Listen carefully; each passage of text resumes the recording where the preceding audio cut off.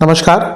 ग्रहों की गोचरीय स्थिति पर रेगुलर वीडियो पाने के लिए साप्ताहिक राशिफल, मासिक राशिफल, त्रैमासिक राशिफल और ग्रहों के बाकी गोचर पर भी रेगुलर अपडेट्स पाने के लिए, जिसके हिसाब से आप अपने जीवन में थोड़ी गाइडेंस प्राप्त कर सकें, इसके लिए मेरे चैनल को अवश्य सब्सक्राइब करें। जिन लोगों ने सब्सक्राइब कर रखा है वो ऑल ये जो नोटिफिकेशन सेटिंग होती है इसको क्लिक करें, क्योंकि कभी कभी कुछ लोग बोलते हैं उनको नोटिफिकेशन नहीं मिलती। आशा करता हूं चैनल को सब्सक्राइब करेंगे और रेगुलर वीडियोस अवश्य आप देखेंगे। नमस्कार।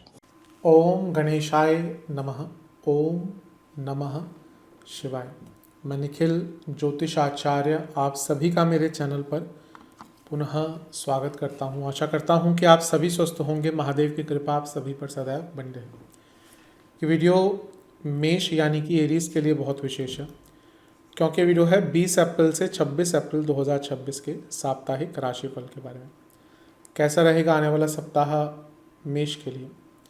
जो मेरा साप्ताहिक राशिफल होता है वो प्रमुखतः चंद्रमा और उनकी गति पर आधारित होता है।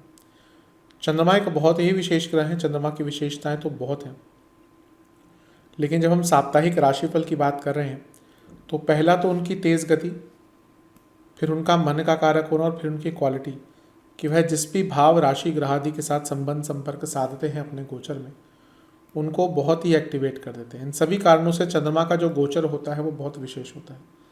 चंद्रमा के गोचर के कारण हमारे मन मस्तिष्क, विचार, स्वभाव, सोचने के तौर तरीके, दृष्टिकोण, हर चीज़ पर डायरेक्ट इम्पैक्ट पड़ता है। उसको समझने के लिए साप्ताहिक राशिफल अति विशेष होता है। यदि आपकी लग्न राशि या चंद्र राशि मेष है, एरीज है, दोनों ही गाइडेंस के लिए इस राशिफल को देख सकते हैं। जहाँ से सूट और रिलेट ज़्यादा करता है वहाँ से देखिए।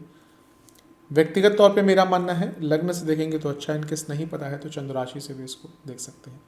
शुरू करते हैं इस अत्यंत महत्वपूर्ण राशिफल का।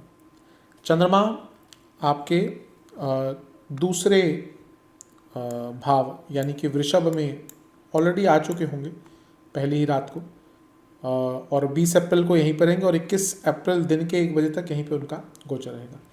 दूसरे घर के चंद्रमा बहुत विशेष फल देने वाले होते हैं, और यहाँ पे तो चंद्रमा उच्च की राशि के हैं और स्वराशि में या अपनी राशि में बैठे शुक्र के साथ बैठे हैं। शुक्र चंद्रमा का जो अपना मिलन है वो बहुत अच्छा होता है। इसको कई जगह पे महालक्ष्मी योग भी कहा गया है। ये चंद्रमा शुक्र जो है उनको लक्ष्मी कहा जाता है और चंद्रमा को इंदु कहा जाता है। इंदु लग्न वैदिक ज्योतिष में बहुत महत्वपूर्ण है। आज लोग केवल शुक्र की स्थिति को देखकर बोलते हैं यहाँ से पैसा आ जाएगा। असल पैसा कुंडली में इंदु लग्न देता है। और भी 2-3 चीज़ें हैं, श्री लग्न है, होरा लग्न है, ऐसे कई तमाम चीज़ें देखनी पड़ती हैं। तो जब इसलिए इन दोनों ग्रहों का, हाँ शुक्र लक्ष्मी है, लेकिन ऐसा नहीं कि केवल शुक्र से ही या एक ही जगह से पैसा आता है। हाँ गोचरस्थ, जब हम गोचर की बात करते हैं कि 2 ग्रहों का मिलन हो रहा है, स्पेशली चंद्रमा जो एक्टिवेटर है तो धन स्थान में हो रहा है, तो ये समय कह सकते हैं कि धन आगमन के लिए बहुत अच्छा है। चौथे घर के स्वामी है चंद्रमा, तो धन की वृद्धि घर में भी होगी, प्रॉपर्टी आदि लेनी है। और चंद्रमा उच्च के हैं और स्वराशि के शुक्र, दोनों ही शुभ ग्रह। चंद्रमा तो खैर अगर पक्ष बली हैं तो ज़्यादा शुभता उनकी आती है, लेकिन बहुत अच्छी अवस्था में है यहाँ पर, तो प्रसन्नता भी रहेगी, घर में खुशियाँ, घर में कुछ अच्छा माहौल, ये सब भी यहाँ पे दिख रहा है। तो हफ्ते का शुरुआती भाग तो आपके लिए काफ़ी आनंददायक दिख रहा है। प्रॉपर्टी में इन्वेस्ट करना है, किसी चीज़ में इन्वेस्ट करना है, अपना पैसा बढ़ाना है, पैसे कमाने के नए तरीके ढूंढने हैं, उन सब के लिए बहुत श्रेष्ठ टाइम है। ध्यान केवल एक दीजिएगा कि चंद्रमा तो चंचलता है और शुक्र थोड़ा एग्जैजरेशन है, तो थोड़ा सा ना अपनी वाणी पर कंट्रोल, किसी को बस खुश करने मात्र के लिए कुछ ऐसा मत कह दीजिएगा कि आप पर ही उल्टा पड़ जाए। शनि की दृष्टि है तो विष दोष तो है ही, थोड़ा सा वाणी में कटुता भी कम ही रखिएगा। टाइम देखा जाए तो बहुत अच्छा है, स्पेशली धन कमाने के लिए। नवांश कुंडली बताती है कि कुछ नए काम करने का मौका मिलेगा। दशांश कुंडली कार्य क्षेत्र में बड़ा काम मिल सकता है। बिजनेस में थोड़ी क्रिएटिविटी लाइए, बहुत काम आएगा। लव लाइफ में तो मैं एक ही चीज़ कहूँगा कि थोड़ा पर्सपेक्टिव चेंज कीजिए। पर्सपेक्टिव आपका थोड़ा सा नेगेटिव हो गया है। वैवाहिक जीवन आगे बढ़ने का समय है। जो लड़ाई झगड़े हो रहे हैं उनसे मूव ऑन करिए। जहाँ तक स्टूडेंट्स की बात है, एक ही दिक्कत, एक ही परेशानी कि आपका रिसर्च पूरा नहीं है। थोड़ा सा रिसर्च पर काम कीजिए, बल्कि अपने सब्जेक्ट के रिसर्च पर। सेहत के दृष्टिकोण से नसों की प्रॉब्लम, जिनको डायबिटीज़ आदि है, उनकी थोड़ी सी परेशानी, और दांतों की प्रॉब्लम तंग करेगी। सर्वाष्टक में आपका 10वां घर बलि है, ये अपने आप में अंकित कर रहा है कि कर्मों में प्रधानता रखेंगे। अगर मतलब कि अपने केवल एक बहुत क्लियर माइंड के साथ काम करेंगे तो ये टाइम आपका बहुत प्रोडक्टिव रहेगा। वहीं जहाँ थोड़ा सा माइंडसेट गलत हुआ दिक्कत आ सकती है। 21 तारीख दिन के 1 बजे चंद्रमा आ जाएंगे आपके तीसरे घर में, यानी कि मिथुन में, और 23 तारीख दिन के 4 बजे तक चंद्रमा वहीं पर गोचर करेंगे। चंद्रमा का तीसरे घर में आना एक प्रकार से काफ़ी अच्छा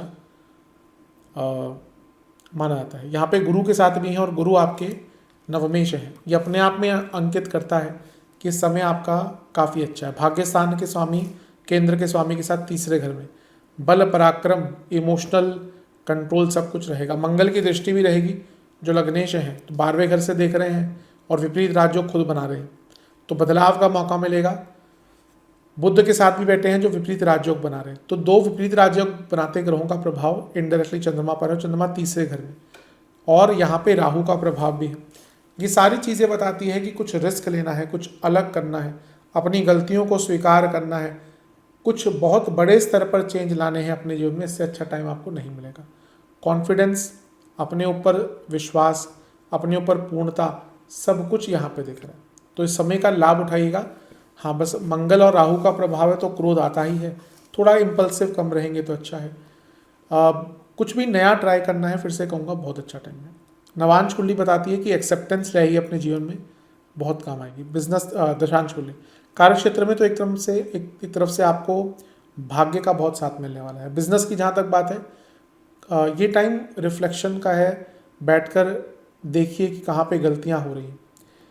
लव लाइफ थोड़ा डाउन टू अर्थ रहिए, ज़्यादा मत बोलिएगा। वैवाहिक जीवन, पैसों को लेकर झगड़े अगर हो रहे हैं उनको सॉल्व कर लीजिए। स्टूडेंट, आपको थोड़ा एक्सप्लोर करना पड़ेगा, आप अपने ही एरिया में कैसे और बेटर हो सकते हैं। सेहत की जहाँ तक बात है, गले की प्रॉब्लम, कफ रोग और पैरों के रोग। सर्वाष्टक में आपका 10वां घर ही बलि है। कुछ नया आरंभ करना चाहते हैं, बहुत अच्छा टाइम है। 23 तारीख दिन के 4 बजे चंद्रमा आ जाएंगे आपके चौथे भाव में, यानी कि कर्क में, और 25 तारीख रात के 9 बजे तक वहीं पर रहेंगे। चंद्रमा का चौथे भाव में आना एक प्रकार से बहुत अच्छा नहीं माना था मेरे हिसाब से, क्योंकि कारक भाव नशाए दोष लगता है। यहाँ पे चंद्रमा को अगर हम देखें तो वो कर्क में है जो उनकी स्वराशि है, तो इस नाते दोष का प्रभाव थोड़ा कम होगा। फिर भी एक इमोशनल वल्नरेबिलिटी दिख रही है, चीज़ें बहुत ज़्यादा सरल नहीं रहेंगी आपके लिए। इमोशंस में बहकर आप गलत निर्णय ले सकते हैं, तो हफ्ते के इस भाग में आपको अपने इमोशंस पर बहुत कंट्रोल करना है। लेकिन क्योंकि चंद्रमा चौथे घर के स्वामी होने के नाते चौथे घर में है, प्रॉपर्टी, वाहन, घर में कोई प्रॉब्लम चल रही थी उसको सॉल्व करने का एक समय आपको मिल जाएगा। 10वें से सप्तम में है और स्वराशि के हैं, कार्य क्षेत्र में थोड़ी रिकॉग्निशन भी मिल सकती है। बस जैसा मैंने कहा, अपने इमोशन में बहकर कुछ मत कीजिएगा। नवांश कुंडली कहती है कि अपने ऊपर विश्वास बढ़ाइए। दशांश कुंडली कार्य क्षेत्र में थोड़ा सा ना ये जानने का प्रयास कीजिए कि आप और बेटर कैसे हो सकते हैं। जहाँ तक बिजनेस की बात है, थोड़ा मार्केटिंग पर ध्यान दीजिए। लव लाइफ, टाइम अच्छा है चीज़ों को सॉल्व करने के लिए। वैवाहिक जीवन,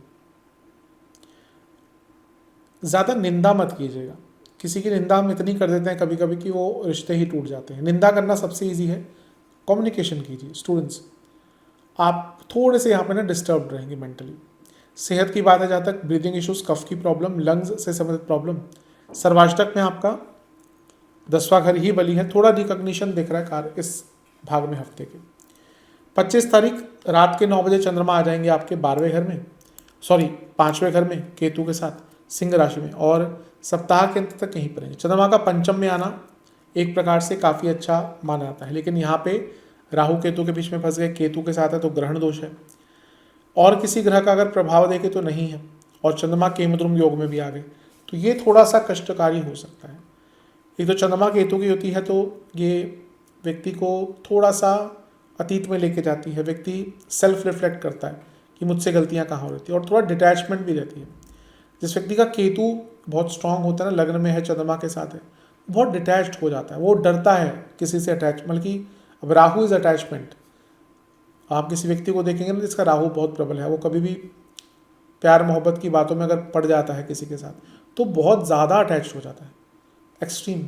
वहीं केतु वाले जब भी रिलेशन, किसी का केतु बहुत स्ट्रांग है, अब आप में से अगर किसी के पंचम में ही केतु है, लग्न में केतु है, फॉर दैट इंस्टेंस चौथे घर में भी केतु है, तो ऐसे लोग भले किसी को पसंद करें, वो अटैचमेंट का दिखाने से डरते हैं, क्योंकि केतु ऐसा ही ग्रह है। तो मेरे हिसाब से देखिए, ज़िंदगी छोटी है।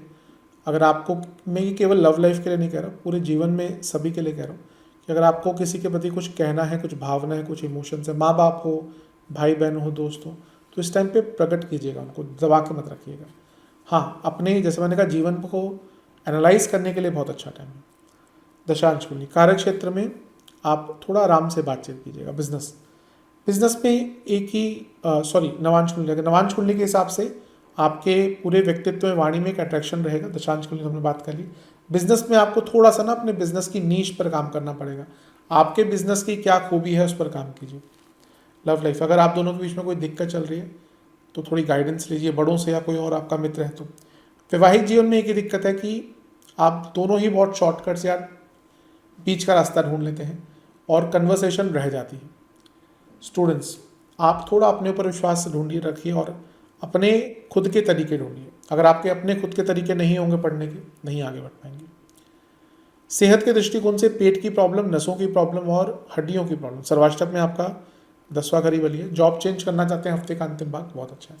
उपाय के स्वरूप में बजरंग बाण का एक बार पाठ करके बजरंग बली को बर्फी का भोग लगाइए।